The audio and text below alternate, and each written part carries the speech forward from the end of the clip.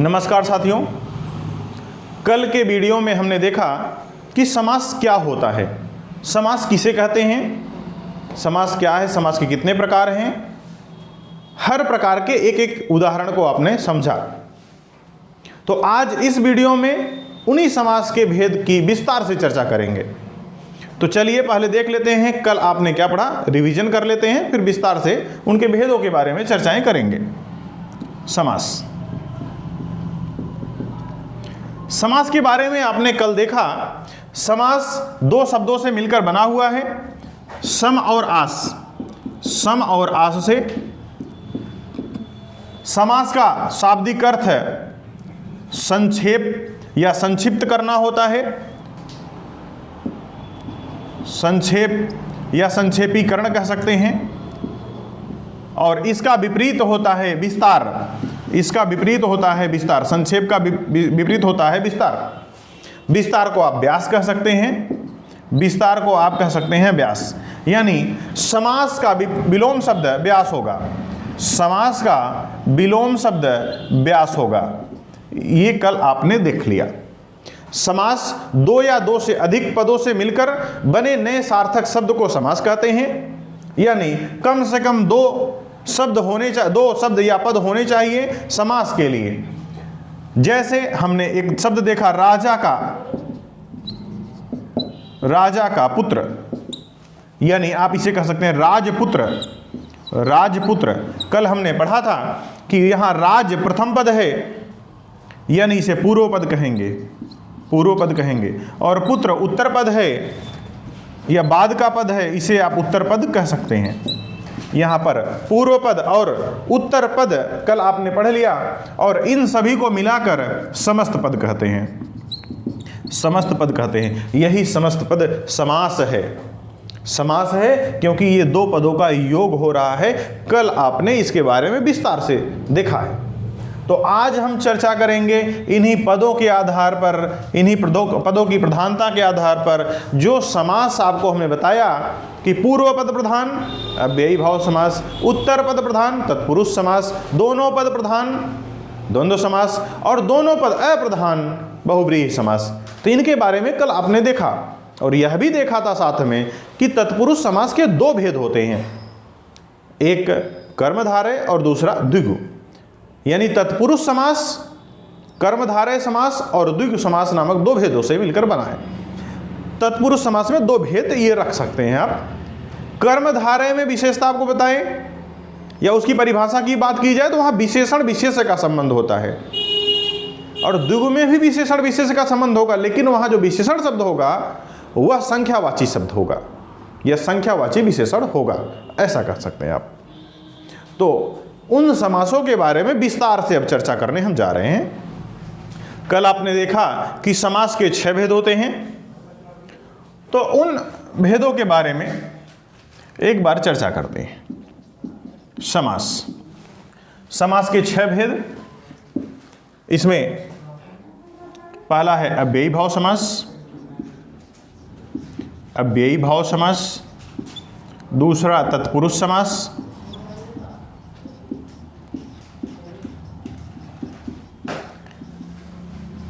तीसरा कर्मधारय, कर्मधारय समास। द्विगु समास,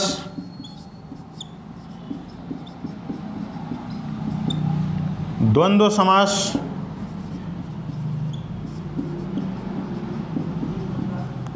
और बहुव्रीहि समास। बहुव्रीहि समास। आपने यह तो देख लिया कि समास होता क्या है, समास किसे कहते हैं। अभी आपने देखा कि दो या दो से अधिक पद जब मिलकर संक्षेपीकरण उनका किया जाए तो वही समास होता है। अब वो पद किस प्रकार मिलते हैं, किस प्रकार के पद होते हैं, कैसे उनका संक्षेपीकरण होता है, इन आप भागों में या इन भेदों में आप उसके बारे में चर्चा करेंगे। चलिए देखते हैं। पहला समास है अव्ययी भाव समास। नाम से ही स्पष्ट हो रहा है कि यदि पूर्व पद अव्यय हो तो अव्ययी भाव समास। अव्ययी भाव समास में अव्यय होना अनिवार्य है, यानी अव्ययी भाव समास में अव्यय होगा, अव्यय पद मिलेगा। कैसे मिलेगा? जैसे यथासंभव,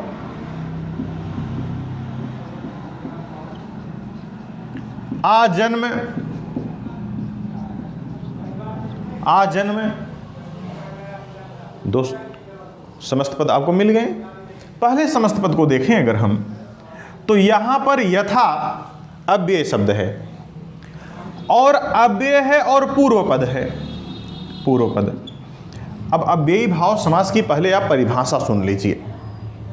यदि अव्ययी भाव समास में यदि किसी समस्त पद का प्रथम पद अव्यय हो, प्रथम पद का अर्थ होता है पूर्व पद, यदि समस्त पद में पूर्व पद अव्यय हो तो वहां पर अव्ययी भाव समास होगा।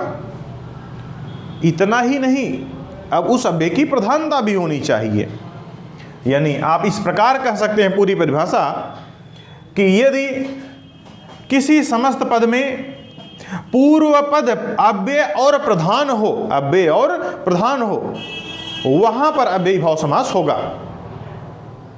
जैसे आजन्म में आप देख लीजिए, जन्म से लेकर आजन्म, जन्म से लेकर आजन्म, आ अव्यय शब्द जुड़ा हुआ है, आजन्म इसका अर्थ होता है जन्म से लेकर। यही आ अगर यह अ शब्द अगर निगेटिव सेंस में जाता है तो वहां नए समास होता है। इसके बारे में आगे अभी हम चर्चा करेंगे। तो यहां पर आप यह देखिए कि अगर किसी सामासिक पद में,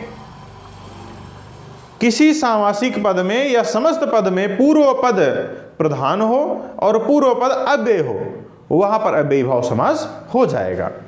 जैसे यहां आपने देखा पूर्व पद यथा है, यथा क्या है? अव्यय शब्द है, अव्यय शब्द है, और यह पूर्व में आया यानी पूर्व पद हो गया, और यह अव्यय भी है तो पूर्व पद अव्यय भी है, और यहां पर इसकी प्रधानता भी हो रही है। तो पूर्व पद प्रधान अगर है समास में तो अव्ययी भाव समास होगा। तो अव्ययी भाव समास में केवल आवश्यक नहीं कि अव्यय आए, ऐसा भी हो सकता अव्यय ना आए। जैसे एक शब्द है, एक और एक का योग करें एक के साथ में, तो इसे पढ़ सकते हैं एक एक। क्या पढ़ सकते हैं? एक एक। एक का योग एक के साथ करते हैं तो एक एक हो जाता है। कोई शब्द अगर दो बार आ जाए, जैसे हाथ है और हाथ हाथ, हाथों हाथ इसको लिख दें, दो बार हाथ और हाथ लिखना चाहें तो ऐसा लिख सकते हैं हाथों हाथ, हाथों हाथ। यहां पर भी अव्ययी भाव समास हो गया। यानी अव्ययी भाव की, अव्ययी भाव समास के परिभाषा में यह भी आपको समझना होगा कि पूर्व पद प्रधान हो और पूर्व पद अव्यय हो तो अव्ययी भाव समास होगा। उसके साथ साथ अगर कोई शब्द दो बार आ जाए, जैसे हाथों हाथ, हाथ हाथ दो बार आया है तो अव्ययी भाव समास होगा। एक एक यानी एक और एक दो बार आया है, अव्ययी भाव समास होगा। अगर कोई शब्द दो बार आ रहा है तो अव्ययी भाव समास होगा। बस इतना आपको ध्यान रखना है। यानी अव्ययी भाव समास को पढ़ते समय आप यह ध्यान रखिए कि कोई शब्द दो बार आ जाए या कोई शब्द, कोई समस्त पद में प्रथम पद अव्यय और प्रधान हो तो वहां पर अव्ययी भाव समास हो जाता है। आते हैं तत्पुरुष समास के बारे में चर्चा करते हैं। अव्ययी भाव समास आपने समझ लिया होगा अब तक, तो चलिए देखते हैं तत्पुरुष समास के बारे में। तत्पुरुष समास, तत्पुरुष समास क्या होता है? समास तो आपको पता है कि दो या दो से अधिक पद मिलकर जब उनका संक्षेपीकरण कर दिया जाए समस्त पद बन जाते हैं तो वही समास होता है। तो दो पद कौन कौन से? एक कहलाता है पूर्व पद, एक कहलाता है उत्तर पद। यानी जो पहले आएगा पूर्व पद होगा, जो बाद में आएगा उत्तर पद होगा। तो अगर बाद वाले पद की प्रधानता हो जाए तो वहां तत्पुरुष समास होगा। जैसे राजा का पुत्र, अभी आपने एग्जाम्पल देखा था, राजा का पुत्र। पुत्र किसका? पुत्र किसका? राजा का पुत्र। बात राजा की हो रही है या पुत्र की हो रही है? नहीं, बात तो पुत्र की हो रही है। बताया जा रहा है कि पुत्र किसका? तो पुत्र राजा का, यानी पुत्र का संबंध राजा से स्थापित किया जा रहा है, लेकिन पुत्र के बारे में बात हो रही है। जैसे राजा का महल,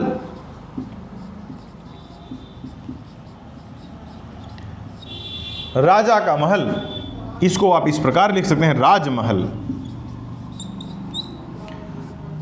राजमहल शब्द के बाद क्या स्पष्ट आप कर पा रहे हैं?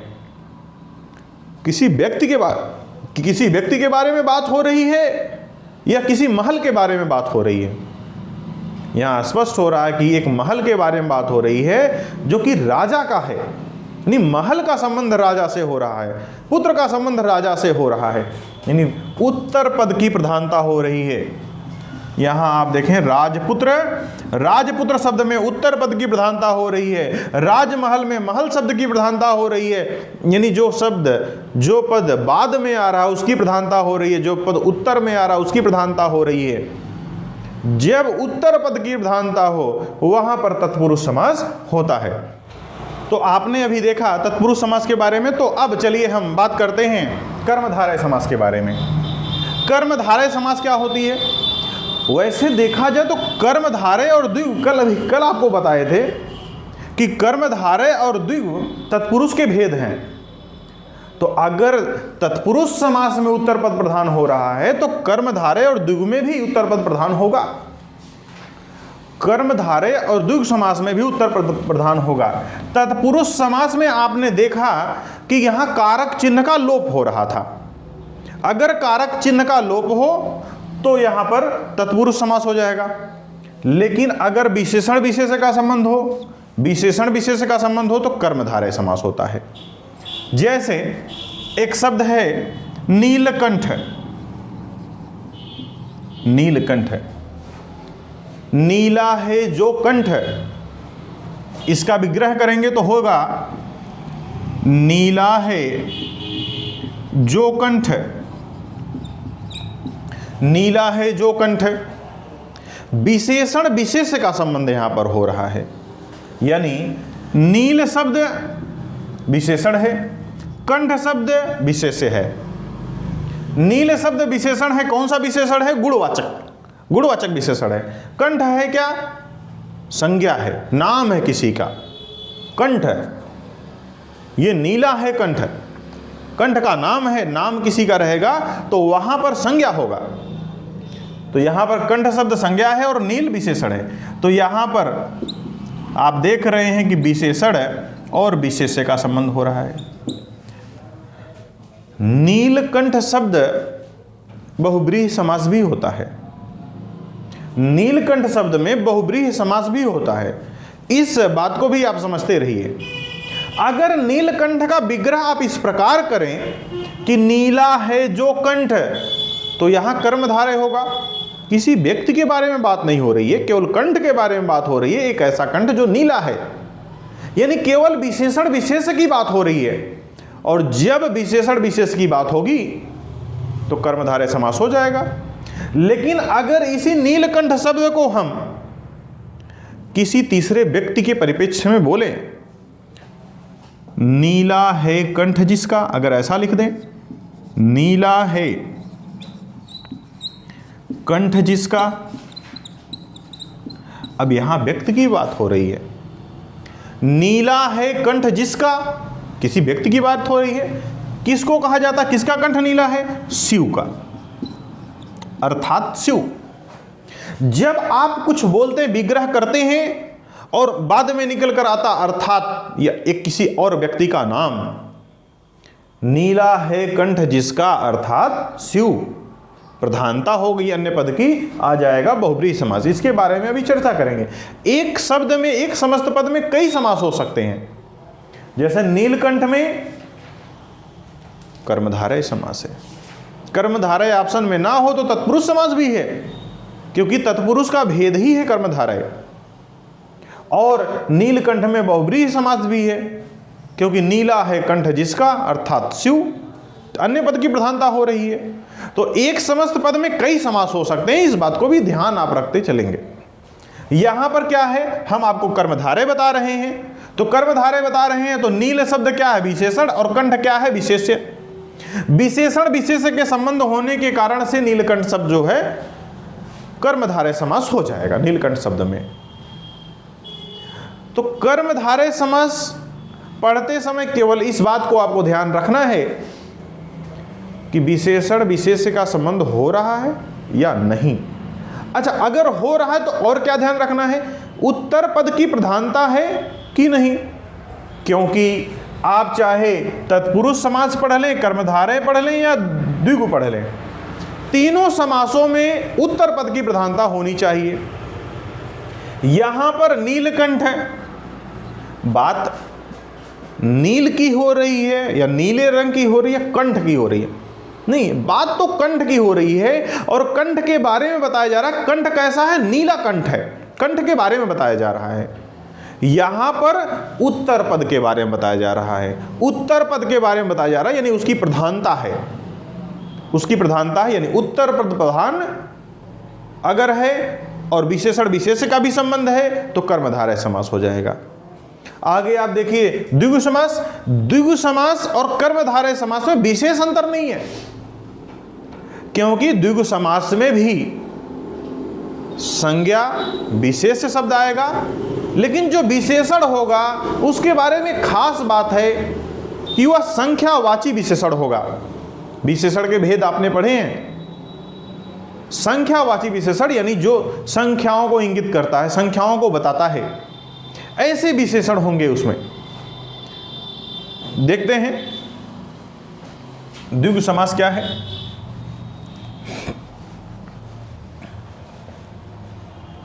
द्विगु समास यानी विशेषण विशेष्य का संबंध होगा, लेकिन संख्यावाची विशेषण होगा यहां पर। जैसे, अच्छा एक बात और ध्यान रखिए, द्विगु समास में समूह का बोध होता है, द्विगु समास में समूह का बोध होता है। जैसे चार राहों का समूह, चार राहों का समूह,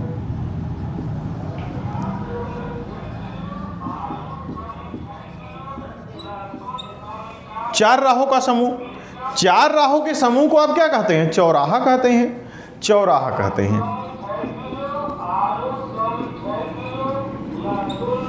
चौराहा कहते हैं।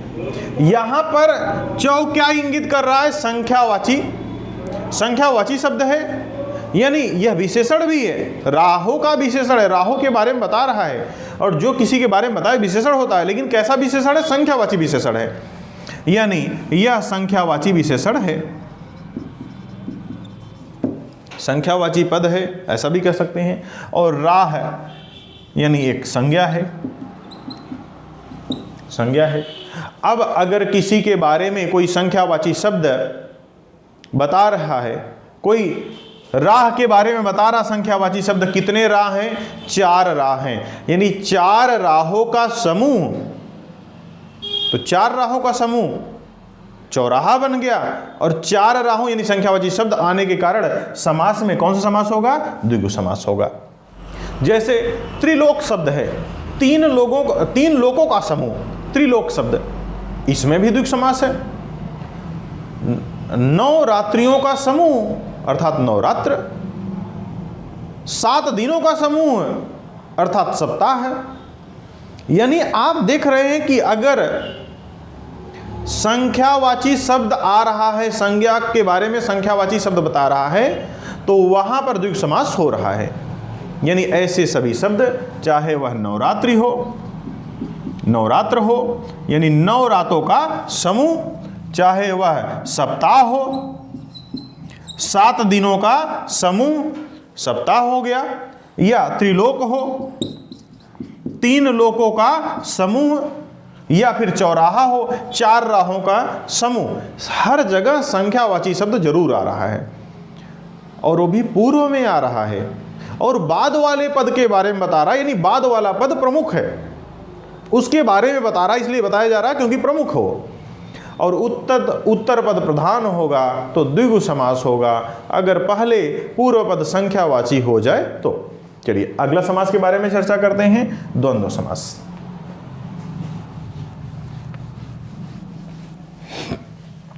द्वंद्व समास क्या होता है? जब समास में दोनों पद की प्रधानता हो, जब समास में दोनों पद की प्रधानता हो तो द्वंद्व समास होता है। जैसे एक शब्द है माता और पिता, यहां किसके बारे में चर्चा हो रही है? माता के बारे में चर्चा हो रही है या पिता के बारे में? तो दोनों के बारे में चर्चा हो रही, माता और पिता, इन दोनों को साथ में लेके चल रहे हैं। दुख और सुख, दुख और सुख दोनों को साथ लेकर चल रहे हैं। जब दोनों को साथ लेकर चलें तो दोनों के बारे में चर्चा हो रही है, दोनों के बारे में बात हो, दोनों की प्रधानता दिखाई दे तो वहां पर द्वंद्व समास हो जाएगा। सामान्यतः यहां और, अथवा, एवं इस शब्दों के माध्यम से विग्रह करते हैं। जैसे माता पिता को अगर समासिक पद बनाना चाहें या समस्त पद बनाना चाहें तो माता और योजक चिन्ह लगाकर पिता आप लिख सकते हैं। माता पिता और योजक चिन्ह के स्थान पर अगर और जोड़ दें तो यह समास विग्रह हो जाएगा। यानी माता पिता का समास विग्रह क्या हो जाएगा? माता और पिता। ऐसे दुख सुख, दुख योजक चिन्ह लगाकर आप सुख लिख दीजिए। दुख सुख का सामासिक विग्रह हो जाएगा दुख और सुख। यह आपके सामासिक विग्रह हो गए और इसमें दोनों पदों की प्रधानता हो रही है। ऐसा नहीं कि माता के बारे में चर्चा हो रही तो पिता कमजोर पड़ रहा, नहीं, या पिता के बारे में चर्चा हो रही तो माता कमजोर पड़ रहा, नहीं, कोई किसी के बारे में नहीं बता रहा, दोनों अपने बारे में बता रहे हैं। माता और पिता यानी दोनों के बारे में चर्चाएं हो रही हैं, दोनों के बारे में बात हो रही है पदों में। तो यहां पर समस्त पद जब दोनों के बारे में प्रधानता दिखलाए तो वहां पर द्वंद्व समास हो जाता है। बहुब्रीहि समास में हमने अभी बताया आपको कि जब किसी अन्य पद की प्रधानता हो, दोनों पद प्रधान ना हो, कोई अन्य अर्थ निकल रहा हो समस्त पद का, वहां बहुब्रीहि समास होता है। तो चलिए एग्जाम्पल के साथ देखते हैं। जैसे गजानन,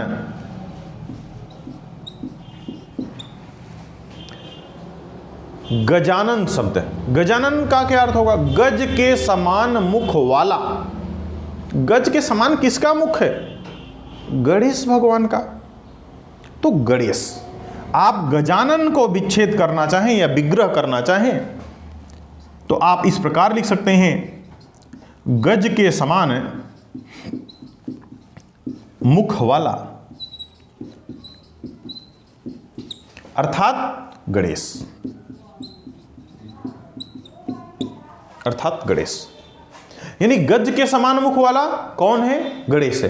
तो यहां न गज की विशेषता हो रही है और न ही आनन की विशेषता हो रही है, क्योंकि किसी अन्य पद के बारे में आप बात कर रहे हैं। वह अन्य पद कौन है? गणेश है। जैसे पीतांबर शब्द है,